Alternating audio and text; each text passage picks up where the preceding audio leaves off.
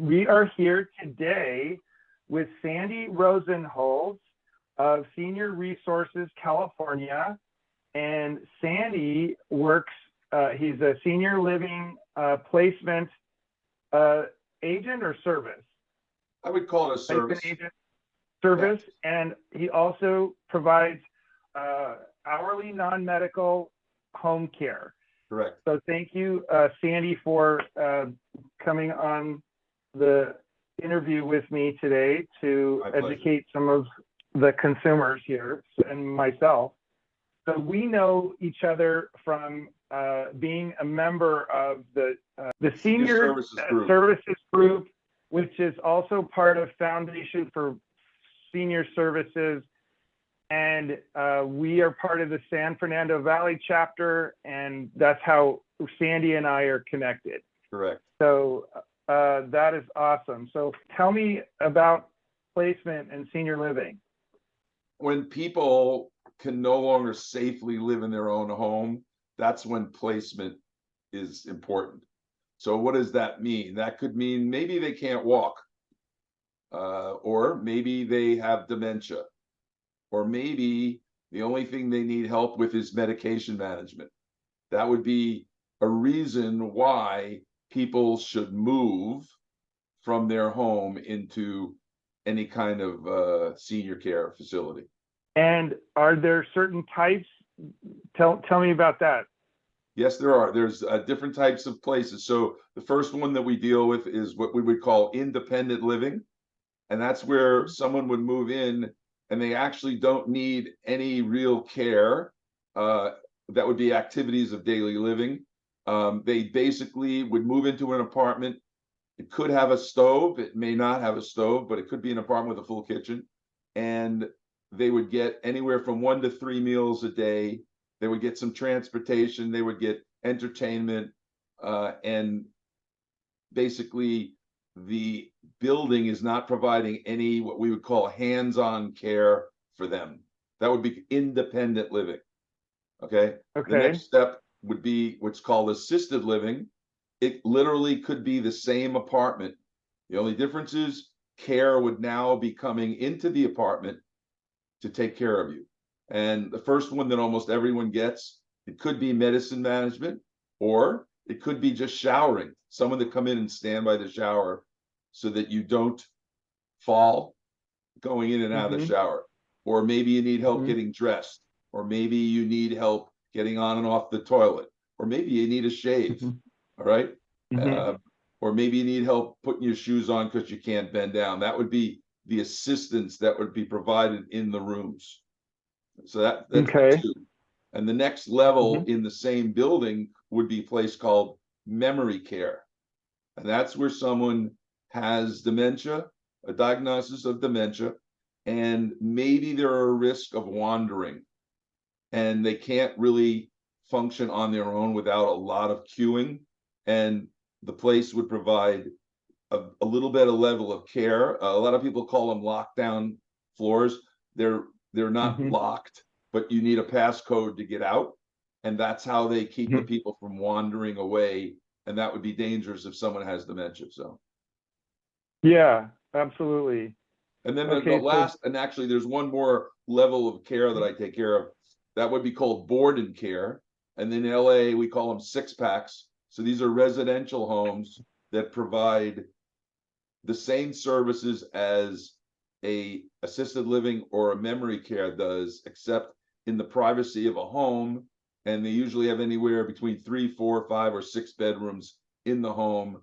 And there'd be caregivers there on a daily basis, 24/7, taking care of the people. This is for the elderly, the frail, the people with full dementia. It wouldn't be for David Height. You wouldn't be in a board and care. That's helpful to know. So what are some of the key factors that seniors and their families should consider when picking a particular type of facility, or I'm sorry, community? I'm not supposed to use the word facility. Correct. Community is a good word. Basically, I'm a believer that the care is the most important thing. A lot of people think the food and the entertainment is. I'm a believer that care is important. So they should be asking a lot of questions on how care is done, when it's done, and how it would progress as you get worse, as you as you age, chances are you'll need more help. But a lot of people, when they first walk in the building, they're more interested in the what I call the outside spaces, not in the apartment. They're looking at, do they have book clubs, reading rooms, music, and then what's the food like, and whether they're going to serve the same meal to everybody every day, or they're going to give them a menu and let them pick. So that's one of the big factors that people do. And also location. Location is very important, because if you have a child that lives, let's say, in Northridge, I don't think mom and dad should be living in, let's say, Glendale, because then they have to drive to visit them, and that takes time. So I would find, or anybody that does placement would try to find a place closer to Northridge. I like that you brought that up, because I'm now diving deep into the senior space.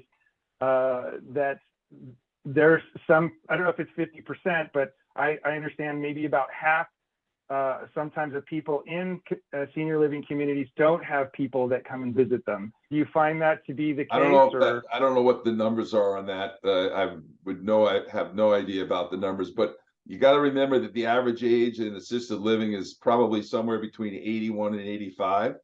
And on the high side, it's the women live longer than the men. So men die earlier than women. So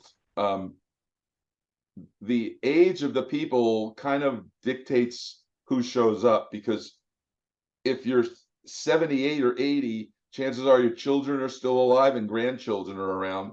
If you're 95, you may not even have children alive to visit you. You may only have grandchildren, and sometimes they don't visit as often as they should. But yeah, age has a lot to do with it. But that's the reason the number one reason why people move from their home is not for care, is not for the food, not for the entertainment. It's to have a community where there are people. A human being wants people. And that's why connection. Most people move to meet other people just like them, so they can live a good daily life. Sure. Yeah. And have community and connection with others. We need other human beings to thrive. Correct. So that's awesome. Okay. How do you assess the needs of a senior and making your placement recommendation? Well, first thing that I do is I personally go to see them. I'll talk to them on the phone and make an appointment. Very seldom will I ever do this on the phone. I almost always, 90%, 95% of the time, I actually go to the home, and I can actually physically see them. I can interact with them and find out what their real needs are and what their wants are. And by assessing those needs and wants, then I come up with, we would call it a game plan of what we're going to try to do, and then implement the game plan. The reason that people would use me is there are maybe, if wherever you live within 20 miles of you, there's probably a choice of 75 buildings. So if you don't use an expert and you just go online and you look, you may end up going to a place that's not appropriate for you, or it's too expensive, or it's not expensive enough. And so I eliminate that and make it easier for the client to pick the right place that they need to move to. So you're, from what I understand, also from my research, that you're sort of like a broker for senior living communities. Correct. Basically. The communities actually pay me. The client never pays me. So if I move somebody to get a finder's fee, kind of like a realtor gets a commission, I get a commission for moving someone into the building. Gotcha. Okay, that's good to know. How do you involve the family in the decision-making process? Oh, they're very involved if there's a family involved. Well, first, you got to remember who's in charge first. So the real issue is whether or not the senior is cognitive enough to make the decision.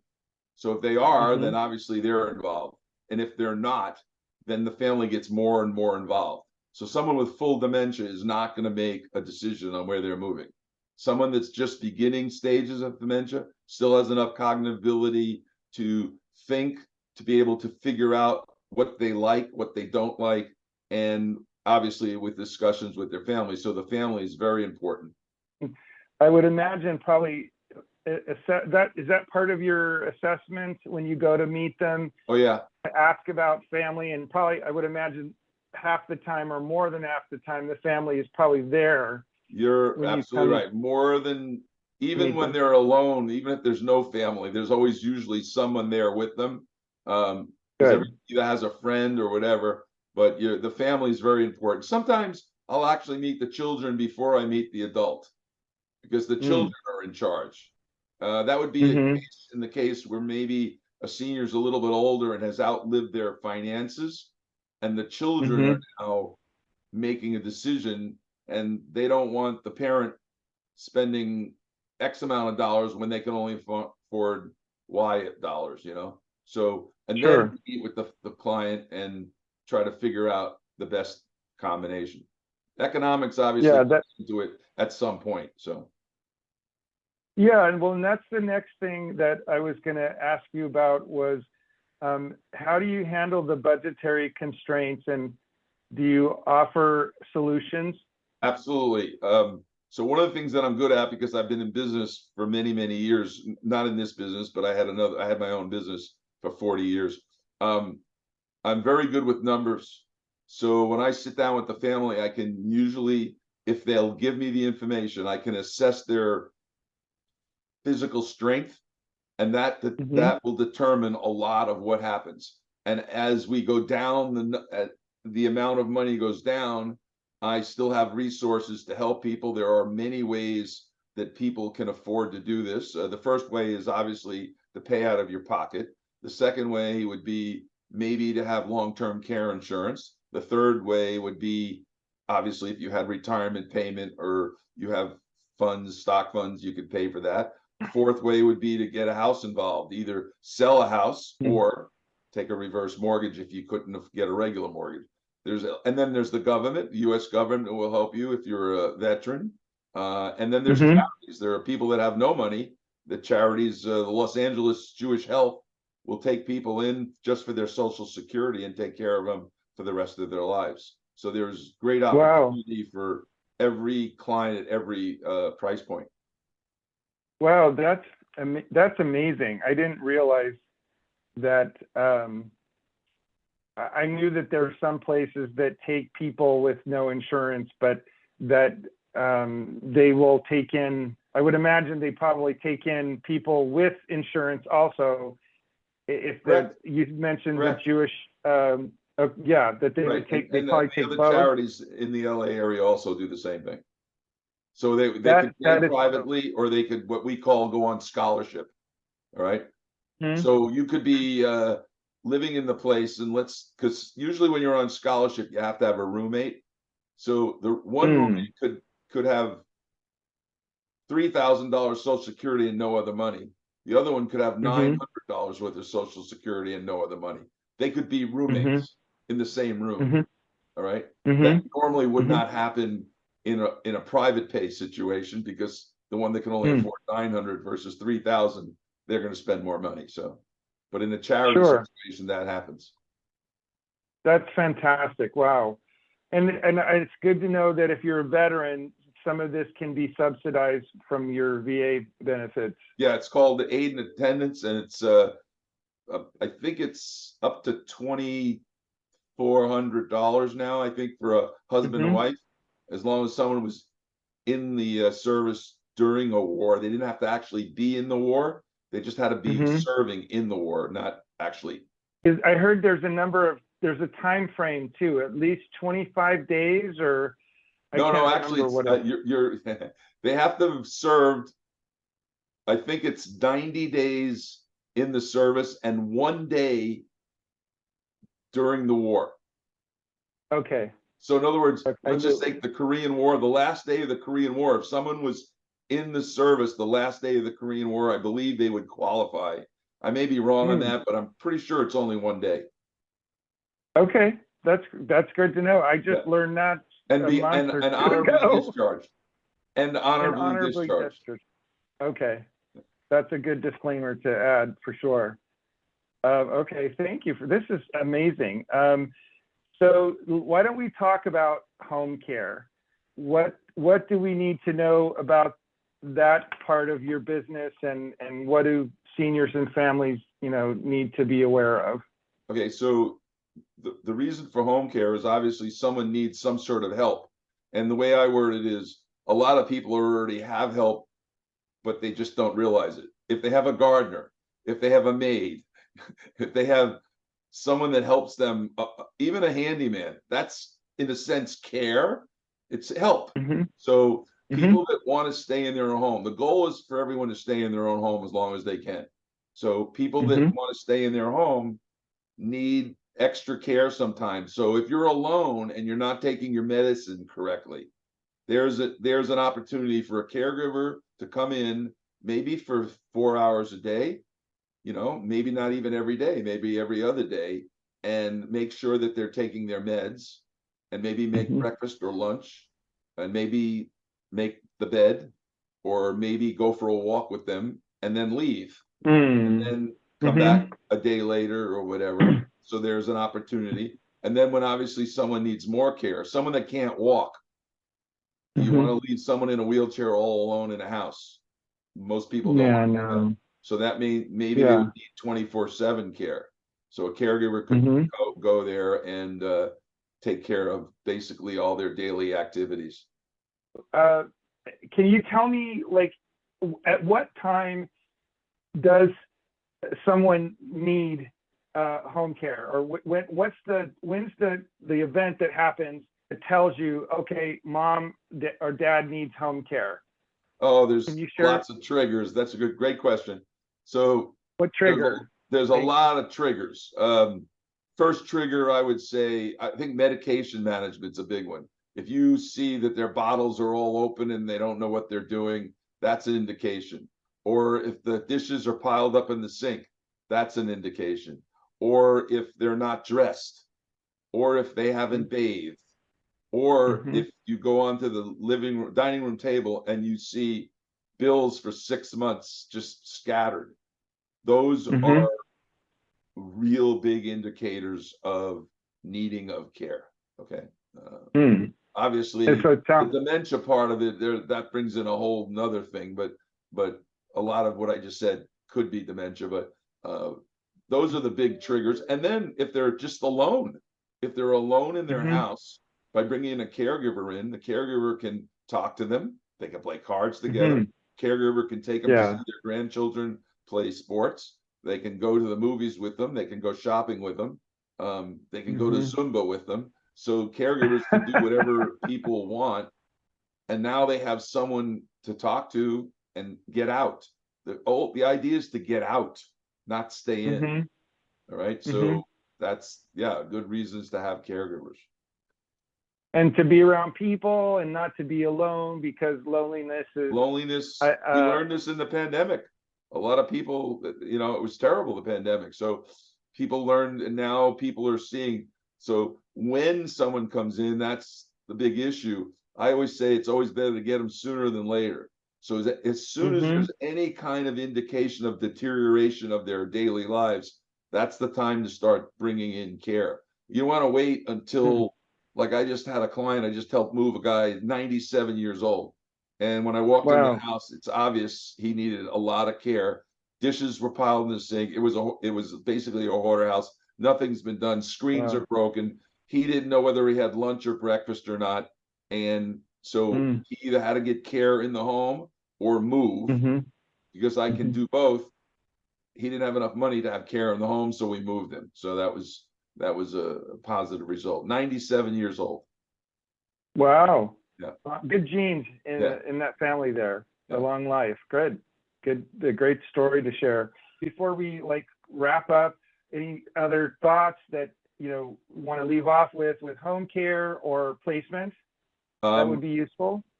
Yes, I would. I think the thing that I would leave anybody with is, there's an old story that, we plan and God laughs. The goal here is to plan in advance. So Mm-hmm. people that have the elderly should start thinking about what's going to happen later on, not today, but what could happen in 5 months? What could happen in 2 years? And that could be with a couple, or it could be a single person. With a couple, it's very important because you have a situation, let's say, where you have one of the couple has dementia, and the other is older, but perfectly in good shape. But what happens if the one in perfectly good shape passes away? Now the other person is alone. So maybe it's time to start thinking about, before that happens, what are we going to do so there's not a shock? Not only did she, and use the case of she lose a husband, and then she's moving within like a month. It would have been better if both of them moved at the same time into a place, right, with other people, they could take care of her and stuff like that.